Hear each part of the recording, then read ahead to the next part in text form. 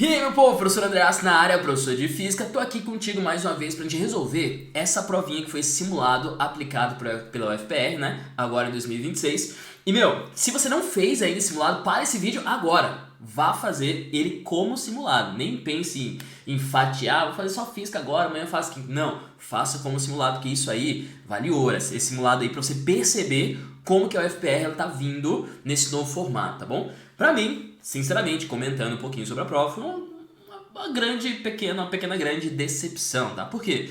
Porque eu sempre fiquei na expectativa que a UFPR fosse fazer uma prova mais interessante, uma prova mais legal. Uma prova mais interessante, mais legal, não necessariamente é uma prova mais difícil, tá? Mas é uma prova mais bem feita, velho.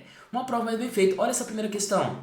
Isso aqui de unidade, nas medicinal, tá, pode ter, mas, cara, tem formas mais legais de você pedir isso aqui, né? Não é simplesmente o que significa esse M? O que significa o micro? O que significa qual que é a unidade de tempo no SI? Tem formas mais legais de mesmo quem não estudou nunca física, tem que pensar um pouquinho, tá? Imaginar um pouquinho sobre vida, sobre o cotidiano e responder, sacou? Então, elevar o nível no sentido de ser uma prova mais bem feita, não necessariamente quer dizer uma prova difícil. É uma prova mais bem feita. Uma prova que prime pelo raciocínio, não precisa ser nem fórmula e que contas abstratas. Não. É prova bem feitinha, gostosinha de fazer e tal, e coisa que não tá. E a UFPR, eu acho que nesse simulado ela bateu o martelo assim, ela tinha oportunidade de mudar, né? A física tinha oportunidade de mudar agora, que já que mudou tudo, o estilo de prova mudou tudo, tinha oportunidade de mudar agora.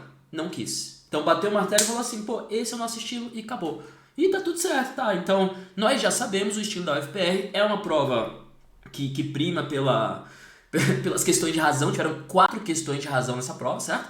Então, prima pelas questões de razão, é uma prova um tanto quanto previsível, então dá pra gente imaginar que vai cair e tal, e a nossa preparação para a UFPR, seja no curso, seja na revisão final que eu vou fazer com os meus alunos, cara, é muito certeira, é muito certeira. O nosso objetivo sempre é gabaritar e nada menos que a gente não pode errar a questão de... Você que está querendo um curso de altíssima concorrência, não pode errar a questão de física, você não pode dar o luxo de errar a questão de física, tá bom? Por quê? Porque ela tá vindo no nível, esse aí, que aí você comenta aí que nível é esse, é um nível alto, baixo, médio, você comenta. Eu acho que é uma prova pobre.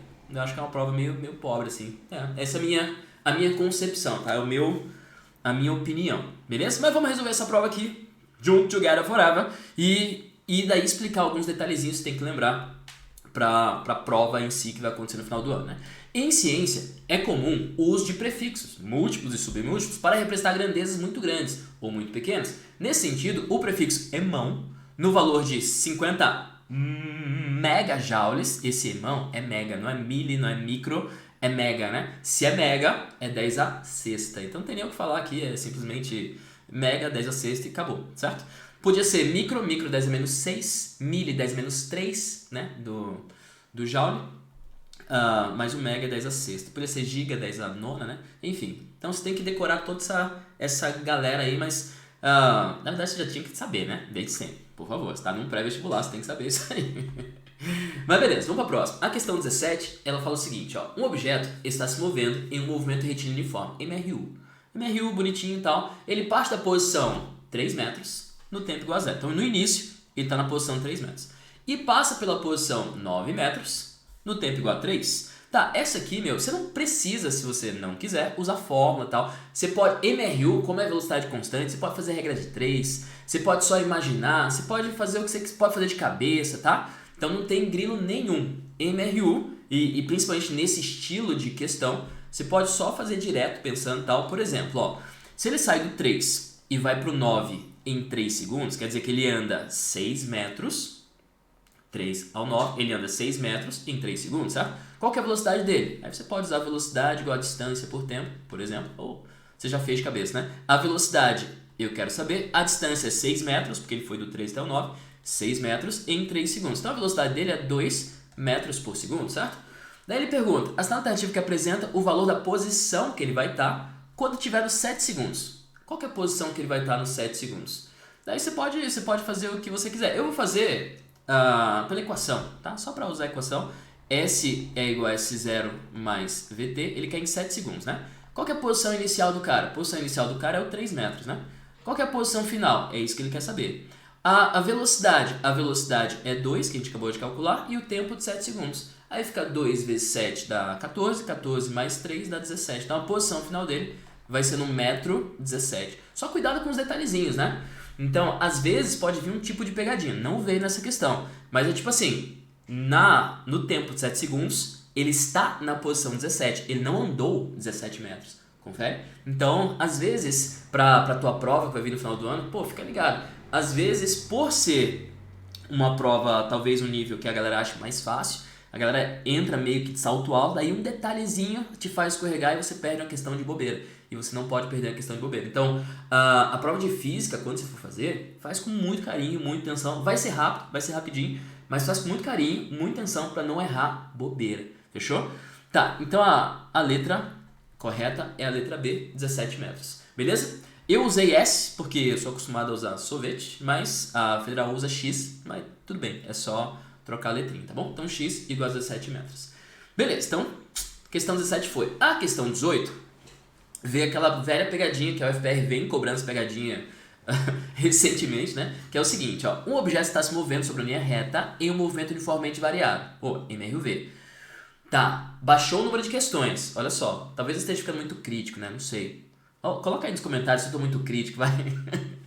Se você concorda com a minha opinião, se não concorda, coloca aí nos comentários, por favor. Vamos conversar, trocar ideia. Tá, mas assim, baixou o número de questões. São 8 questões agora de física, né?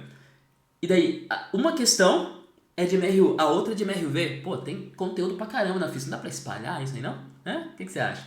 Mas tudo bem, vamos lá. E sua posição X em função do tempo é dado por essa formulinha aqui, meu povo. É o sorvetão, né? É a famosa sorvetão. S é igual a S0 mais V0t mais AT quadrado sobre 2. Aí ele me fala que S ou X, tanto faz, tá? É igual a 3 menos 4t mais 4t quadrado. Qual que é a pegadinha que eu falei? Pô, não tem o sobre 2 aqui. Se não tem o sobre 2, a aceleração aqui, pegadinha clássica, né? A aceleração tem que ser 8, tá bom? Então vou tirar os dados aqui, ó. Vou tirar os dados. Posição inicial, 3 metros. A velocidade inicial é menos 4 metros por segundo. A aceleração é 8 metros por segundo ao quadrado. Porque quando não tem o 2 aqui embaixo, tem que pegar esse valor que está multiplicando t ao quadrado e multiplicar por 2. Fechou? Essa pegadinha, não podemos cair. Recentemente, a Federal já cobrou 2 vezes isso aí, inclusive. Essa seria a terceira vez. Em que x é medido em metros e t em segundos. A massa do objeto é 0,5 kg. Daí ele pede qual que é a energia cinética do objeto no instante 3 segundos. Ou, se ele pede a energia cinética do objeto no instante 3 segundos, eu tenho que calcular a velocidade do objeto no instante 3 segundos, porque a energia cinética é mv quadrado sobre 2, certo? Então, eu vou calcular a velocidade. Como calcula a velocidade, professor? Eu vou lá em v igual a v0 mais at. Aí, a velocidade final, quero saber. A velocidade inicial, já tirei o dado ali, ó. Menos 4. A aceleração dá 8 e no tempo de 3 segundos, né? Aí fica 8 vezes 3 dá 24. 24 menos 4 dá 20, tá bom? Então fica 20 metros por segundo. Essa é a velocidade que ele vai ter no tempo 3. Beleza, aí eu vou lá. Energia cinética igual a mv quadrado sobre 2. Energia cinética igual a massa, que é 0,5. A velocidade, que é 20. Aí fica 20 ao quadrado, né? Isso tudo sobre 2. Vamos lá. 20 ao quadrado dá 400. 400 vezes 0,5 dá 200. E 200 sobre 2 dá 100. Então a resposta, 100 joules. Beleza? Então letra B é a resposta dessa questão aí também. Questão 18. Fechou? Pra próxima então? Então, ó, uma questão de análise dimensional. De análise não teve nada, né? E 2 questões de cinemática. Foram os temas dessas 3 primeiras questões aí. Também pode ser que, o simulado é um diagnóstico, né? Então pode ser que a UFPR pegue isso como base. Esperança nenhuma eu tenho. Tô falando isso pra animar, ver se me anima também. Pegue isso como base e daí use, sei lá, um nívelzinho acima na prova, talvez, não sei. Enfim. 19. Uma carga pontual Q estática está situada a uma distância D1 de outra carga pontual Q1, também estática, e sente uma força elétrica de força F1 causada por Q1. Tá. Num dado momento, a carga Q1 é substituída pela Q2, também estática, colocada a uma distância D2 de Q. E a força elétrica passa a ter intensidade F2. Aí ele fala, assinale a alternativa que apresenta o valor correto da razão D2 sobre D1, considerando F2 igual a 2F1 e Q2 igual a 8Q1, tá bom? Então, o que ele fala? Ó, eu tenho duas cargas, eu tenho a carga Q, que ele não mexe na questão inteira, e tem a carga Q1. E daí, quando eu coloco elas numa distância D1, a força vale F1. Beleza. Aí ele troca Q1 por Q2, e Q2 é 8 vezes Q1, e pede essa razão aqui. Gente, olha só, de uma vez por todas, vamos fazer um processo para resolver esse estilo de questão? Estilo de questão que ele pede razão, tá? Se ele pede razão, o que você faz? A razão, né? Obviamente. Então, fica assim, D2 sobre D1. É isso que ele está pedindo.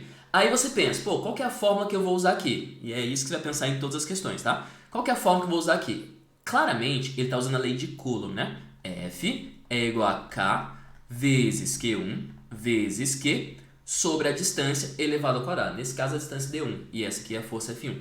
Aí, o que eu vou fazer? Eu vou isolar esse D, tá bom? Vou isolar o D. Então, esse é o processo. Ó, o processo. Primeiro passo, escreve lá. Ele pede D2 sobre D1, escreve D2 sobre D1.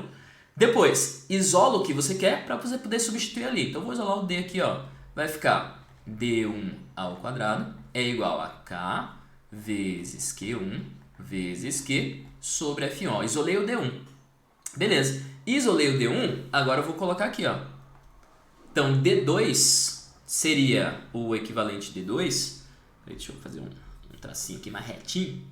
O equivalente de D2 é só colocar 2 no lugar do 1 ali, né? Mas a fórmula é a mesma, sacou?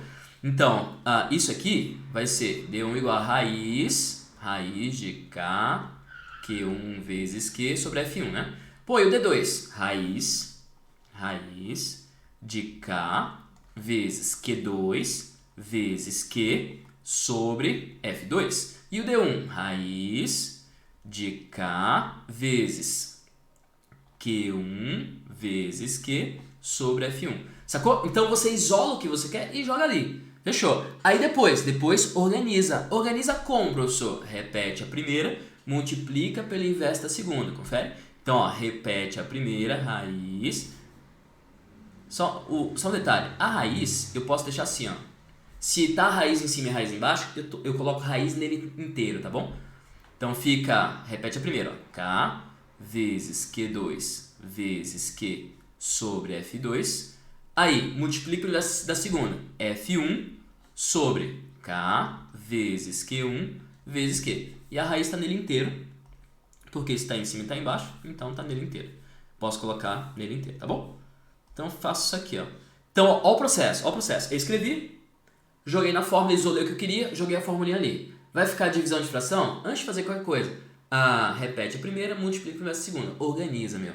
Depois, se organizar, aí você pode substituir, cortar o que você quiser, tá bom? Mas faz sempre assim, sempre vai dar certo. Ó, K com K, cortei fora. Q com Q, cortei fora. Além disso, o Q2, ele falou que é 8Q1. Então, vamos lá. Raiz. Aí, o Q2 fica 8Q1.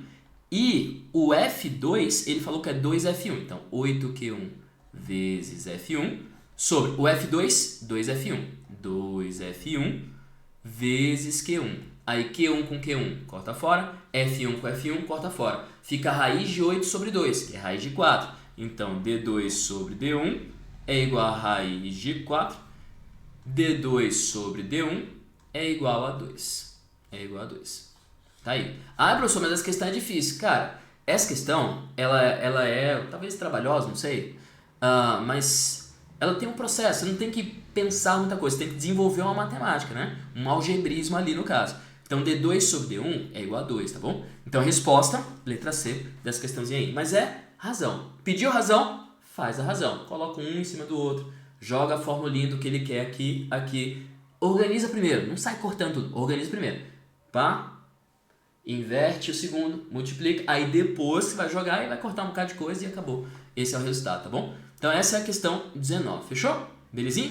Vamos pro próximo. A questão 20, questão de ondulatória, clássica demais, fala o seguinte: um gerador de ondas produz ondas numa cuba com água, de modo que a distância entre duas cristas...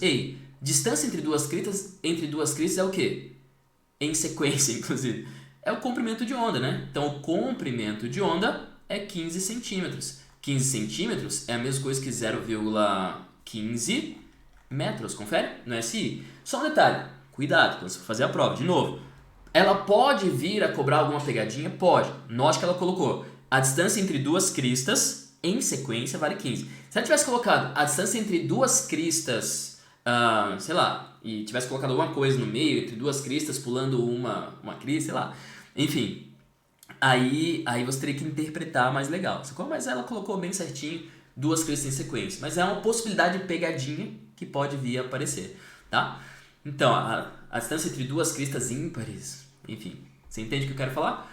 A velocidade, ele me deu, a velocidade da onda é 3 metros por segundo e ele pede a frequência. Então, V igual a lambda vezes F, a velocidade é igual a 3, o lambda é 0,15 no caso e ele quer a frequência. Frequência é igual a 3 sobre 0,15 e 3 divididos por 0,15 vai dar 20. Então, 20 Hz é a resposta dessa questão. Ser até a letra D, no caso, mudou também, né? Ser até a letra D na física não faz nenhuma diferença, né? Você vai gastar menos tempo lá em história, português, geografia e tal, mas na física não faz nenhuma diferença porque a gente vai chegar na resposta tendo A, B, C, D ou A, B, C, D e E, não faz nenhuma diferença. E a UFPR não tá trazendo questões teóricas, né? Pra você marcar. Então, pra gente, tá tudo certo. Questão 21, vamos lá. De novo, ele pede razão. Uma certa quantidade de material de massa M1 e calor específico C1 é colocada em um calorímetro ideal e sofre uma variação de temperatura ΔT. Note que ele coloca ΔT e não ΔT1, tá? Quer dizer que esse ΔT ele vai se manter, no caso.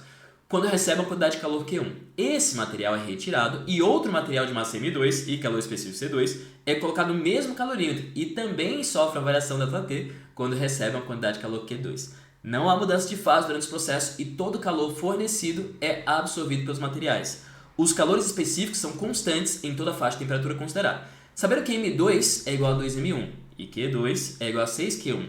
Assina a alternativa que apresenta corretamente o valor da razão do calor específico 2 sobre o calor específico 1. Então, de novo, ó, pediu razão. Olha o processo, vamos lá. C2, escrevi lá, C2 sobre C1. Mas C é o quê? Aí lembra da fórmula que tem Czinho. É que macete, né, professor? Que macete. Isola o Czinho. Então vai ficar Czinho é igual a Q. Passei o M e o ΔT lá para baixo. Fechou? Aí vou jogar aqui, ó. O C2 é o quê? É o Q2 sobre o M2 vezes o ΔT. ΔT ele não chamou de ΔT2, também não chama. Sobre o C1 é quem? Q1 sobre M1 vezes ΔT. Organiza primeiro, calma, cocada. Organiza. Igual.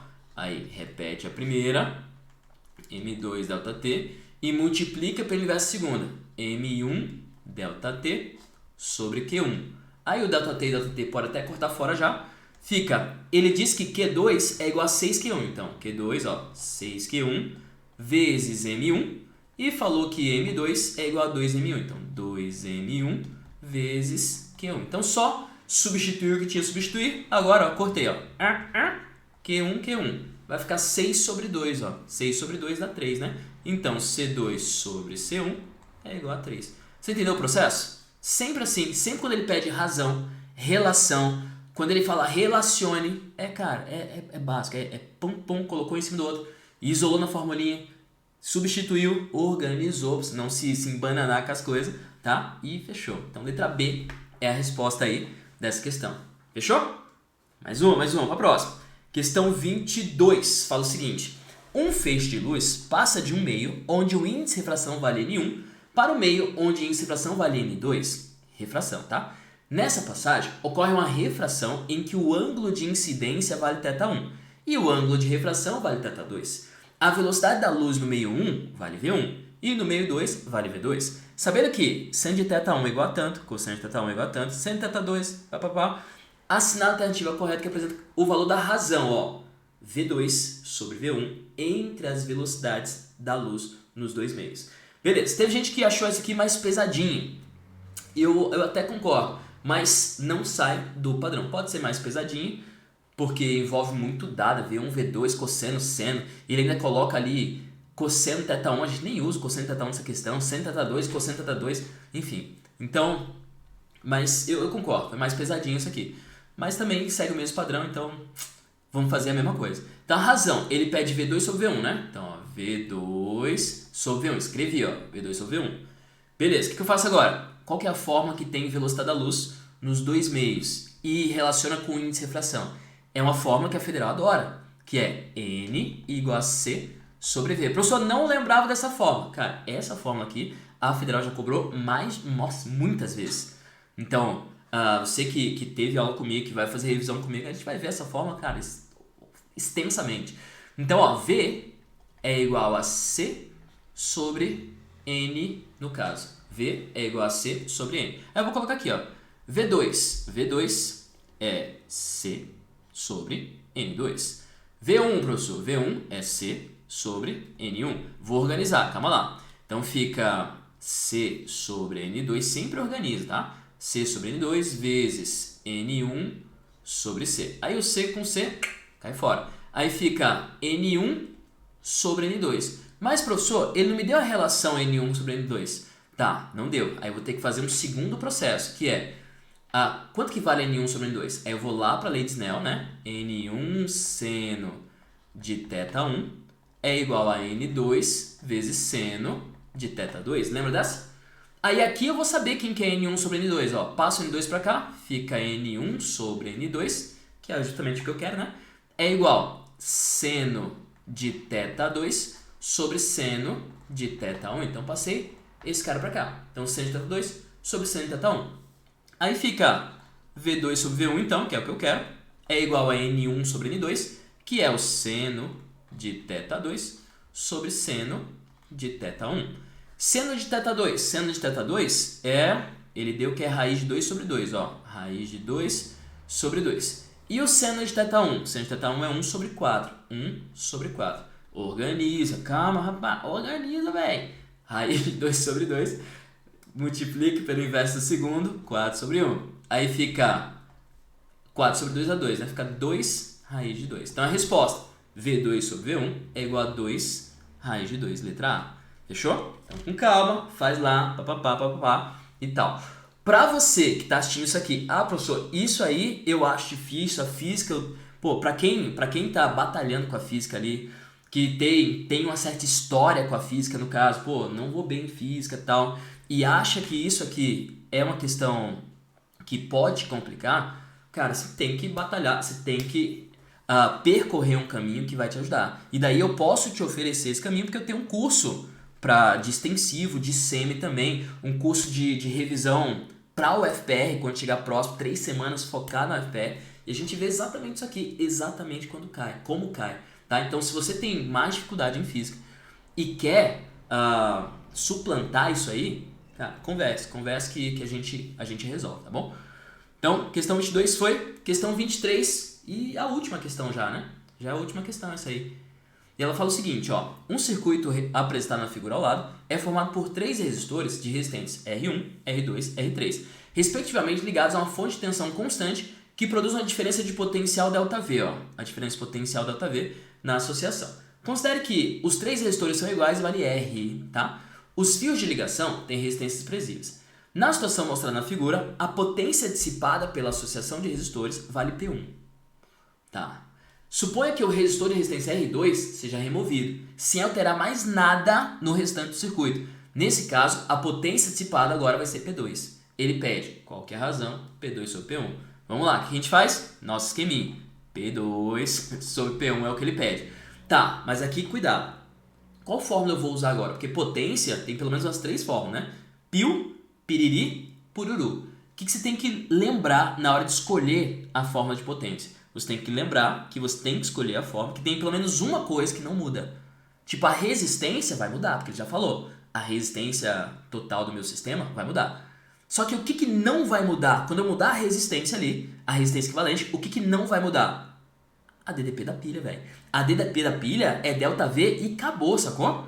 Já era. Se eu posso mudar o circuito como for, a DDP da pilha é ΔV, né? Agora, se eu mudar a resistência, eu mudo a corrente. Então, não poderia pegar aqui para resolver piriri. Ia ficar muito mais difícil, né? Então, tem que pegar pururu. Então, potência é igual U ao quadrado sobre R, que U ele chama ΔV, então ΔV ao quadrado sobre R. Esse R é meu REC, no caso do circuito inteiro, tá? Então, vamos lá. P2. P2 é ΔV ao quadrado sobre a resistência equivalente 2, tá? Aí o P1, ΔV ao quadrado, sobre a resistência equivalente no primeiro momento. Calma, organiza primeiro, se não se embananar. Fica ΔV ao quadrado sobre REC2, vezes, multiplica o universo segundo, né? REC1 sobre ΔV ao quadrado. ΔV ao quadrado não muda, porque é da pilha, a pilha não muda. Aí fica P2 sobre P1, na real, é igual a REC1 sobre REC2, né? REC2. Aí quem que é o REC1? O REC1 tá os 3 resistores ali. Gente, tem 3 resistores iguais em paralelo, divide por 3. Então o REC1 é R sobre 3. Esse é o REC1. Tá, e no segundo caso? No segundo caso eu tirei esse cara aqui. Se eu tirei esse cara, ficaram 2 resistores iguais em paralelo. Divide por 2, pra você saber a resistência equivalente, né? Então se tá em paralelo, se são iguais, é só dividir pelo número de resistores que estão ali, certo? Então se tinha 3, REC3. No caso, na segunda situação, que ele tirou um deles, né? Tem só 2. Aí fica R sobre 2. R sobre 2. Organiza. Então, igual. Aí fica R sobre 3. Repete a primeira. Multiplica pelo universo segundo, ó. 2 sobre R. Aí R com R cai fora. Resposta, 2/3. 2/3 é a resposta. Cuidado que tem a resposta 3/2, né?